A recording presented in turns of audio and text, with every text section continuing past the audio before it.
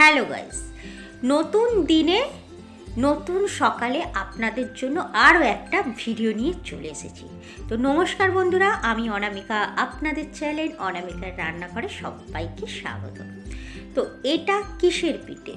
সুজির দুধ পিঠে। তো এই রকম পিঠে আমি আপনাদেরকে বানিয়ে দেখাবো।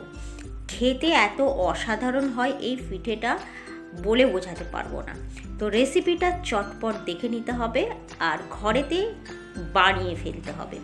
সুস্বাদু এই পিঠে যে কোনো সময় বানানো যেতে পারে। প্রথমে একটা কড়াই নিয়ে নিয়েছি, কড়াইতে দিয়ে দিচ্ছি অল্প একটু ঘি, 1 চামচ 8 চামচ আপনাদের যেরকম মনে হয় সেই রকম, তবে সাদা তেলেও করতে পারেন। ঘি দিলে কি হয়, একটু স্বাদ হয়, এর থেকে আর বেশি কিছু না। এখানে আমি চামচে করে দিচ্ছি, দেখুন সুজি, যে কোনো সুজি নিলেই হবে, একটু মোটা বা একটু সরু, মানে পাতলা সেই রকম। আচ্ছা, চামচ হিসেবে আমি এখানে দিচ্ছি, তো আপনাদের বলে দিই 1 কাপ পরিমাণ এখানে কিন্তু সুজিটা আছে। যে কাপে আমরা নর্মাল চা খাই, নর্মালি যে কাপে চা খেয়ে থাকি ওই কাপের 1 কাপ এখানে মোটামুটি সুজিটা আছে। তো একটু হালকা নাড়াচাড়া করব, অবশ্যই গ্যাসের ফ্লেমটা কিন্তু একদম লোতে রাখবো। তো এখানে কালার চেঞ্জের কোনো ব্যাপার নেই, একটু ভাজা ভাজা হয়ে যাবে, মানে সুন্দর একটা গন্ধ আসবে, তখন বুঝতেই পারবেন যে সুজিটা একদম দানা দানা মতো হয়ে গেছে। ব্যাস এই পর্যন্তই আপনাদেরকে ভাজতে হবে। তো এখন মোটামুটি আমি কন্টিনিউয়াস নাড়াচাড়া করছি, দেখুন অনেকটা ঝুড়ো ঝুড়ো মতো হয়ে গেছে, মানে দানাগুলো একটু ফুলে ফুলে ওঠে না, হয়ে গেছে। তো এখানে আমি দিয়ে দিলাম 1 কাপ দুধ। তো দুধ দেওয়া হয়ে গেল, আবার 1 কাপ দুধ, মোটামুটি এখানে 2 কাপ দুধ দিয়েছি। তো 1 কাপ সুজিতে 2 কাপ দুধ। এখানে দুধটা একটু পাতলা হলে অসুবিধা নেই, মানে একটু ঘন যে দুধটার কথা বলছি সেটা না হলেও চলবে। এবার কন্টিনিউয়াস নাড়িয়ে চাড়িয়ে একটা ডো বানাতে হবে। একটু জলটা মানে দুধটা শুকিয়ে এলেই হবে। তো এখানে আমি নাড়তে নাড়তে একটা শক্ত নয় নর্মাল ডো বানাবো। প্রথমে দেখুন দুধটা অনেকটা শুকিয়ে এসেছে আর আমাদেরকে এইভাবে নাড়তে থাকতে হবে।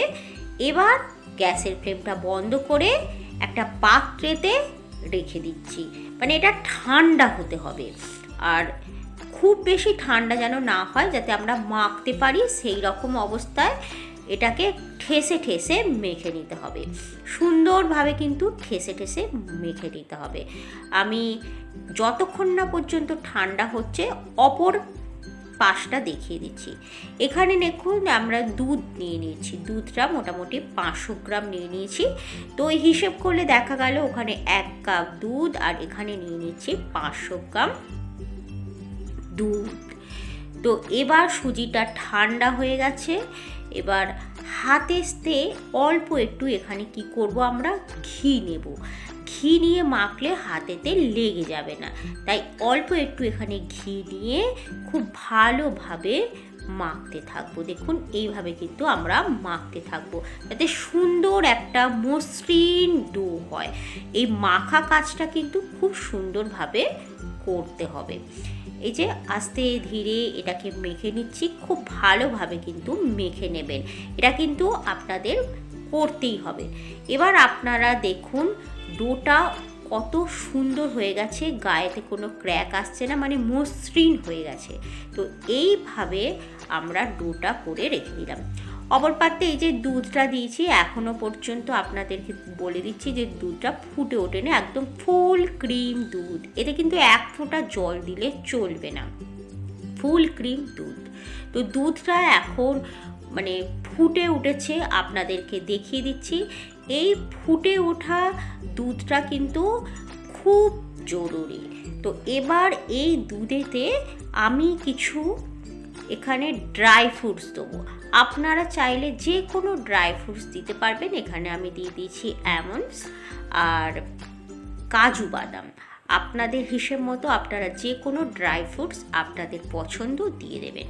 তো এখনও পর্যন্ত আমি কিন্তু চিনি দিইনি, আর এখানে দিয়ে দিচ্ছি কেশরের ধাগা। আপনাদের যদি মনে হয় দেবেন না তো দেবেন না।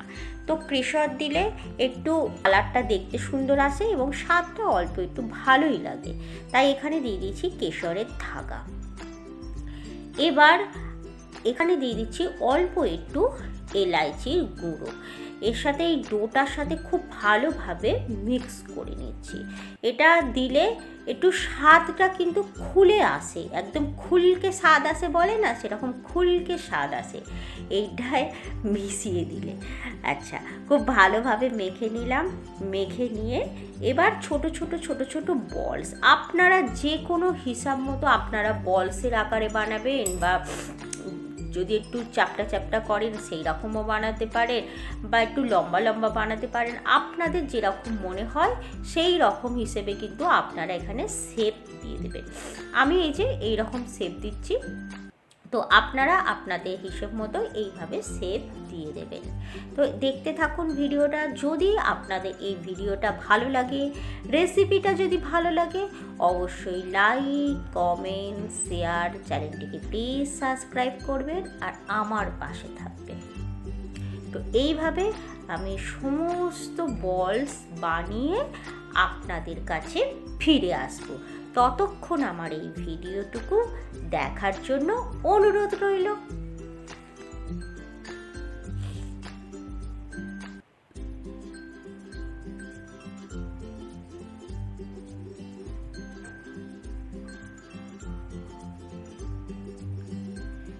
তো 1 কাপ সুজিতে আমার দেখুন এত হয়ে গেছে।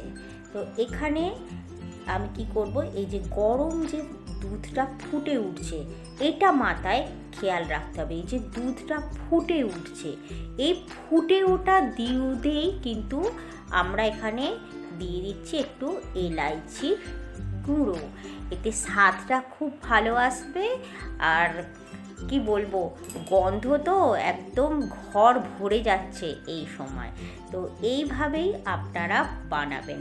আর দেখুন দুধটা টকবক করে ফুটছে। এই দুধটা কিন্তু এরকম টকবক করে যখন ফুটবে, এই যে আপনাদেরকে দেখিয়ে দিচ্ছি, এই সময় একটা একটা করে ছেড়ে দিতে হবে। মাথায় রাখবেন, এইভাবে যখন ফুটবে তখনই কিন্তু ছাড়তে হবে। এমনি দুধটা যদি মানে ফোটা অবস্থায় না থাকে তাহলে কিন্তু ছাড়লে সমস্ত বলসগুলো ভেঙে যাবে। তাই আপনি যে দুধ যখন ফুটবে তখন কিন্তু আস্তে আস্তে বলসগুলো ছাড়তে থাকবে। এই যে আপনাদেরকে দেখিয়ে দিচ্ছি, এইভাবে নেবেন আর এইভাবে আস্তে আস্তে ছাড়বেন। ব্যাস, এবার দেখুন সমস্ত কিছু মানে ছাড়া হয়ে গেছে। আস্তে আস্তে ওপর দিকে ভেসে উঠছে এই বলসগুলো। এটা হলো যে বলসগুলো সেদ্ধ হয়ে গেছে, তাই এগুলো ওপর দিকে উঠে আসছে, মানে ভেসে আসছে। তো এটা হচ্ছে প্রথম আপনাদেরকে এই কাজটা করতে হবে ঠিকঠাক। তার আগে কিন্তু আপনারা একদম নাড়াচাড়া করবেন না, তাহলে কিন্তু ভেঙে যাবে। এবার স্বাদ অনুসার আপনারা কি করবেন, যতটা পরিমাণ মিষ্টি খাবেন ঠিক ততটা পরিমাণ এখানে দেবেন চিনি। তো এখন তো শীতকাল, খেজুরের গুঁড়ো দিতে পারেন, সেটা আপনাদের চয়েস। তো এখানে আমি চিনিই ব্যবহার। এখন ওপরে কিন্তু সব মানে ভেসে গেছে, ভেসে উঠেছে, তার মানে খুব সুন্দরভাবে সেদ্ধ হয়ে গেছে। আর দেখতে কত সুন্দর লাগছে। এবার আমি কিন্তু গরম গরম একটা বাটিতে সার্ভ করে আপনাদেরকে দেখিয়ে দিচ্ছি। এই শীতকালে তো খেতে যতটা সুন্দর লাগবে আর স্বাদ তো অসাধারণ। তো এই রকম নিত্য নতুন ভিডিও অনামিকার রান্নাঘর চ্যানেলটি সাবস্ক্রাইব করুন। So thank you.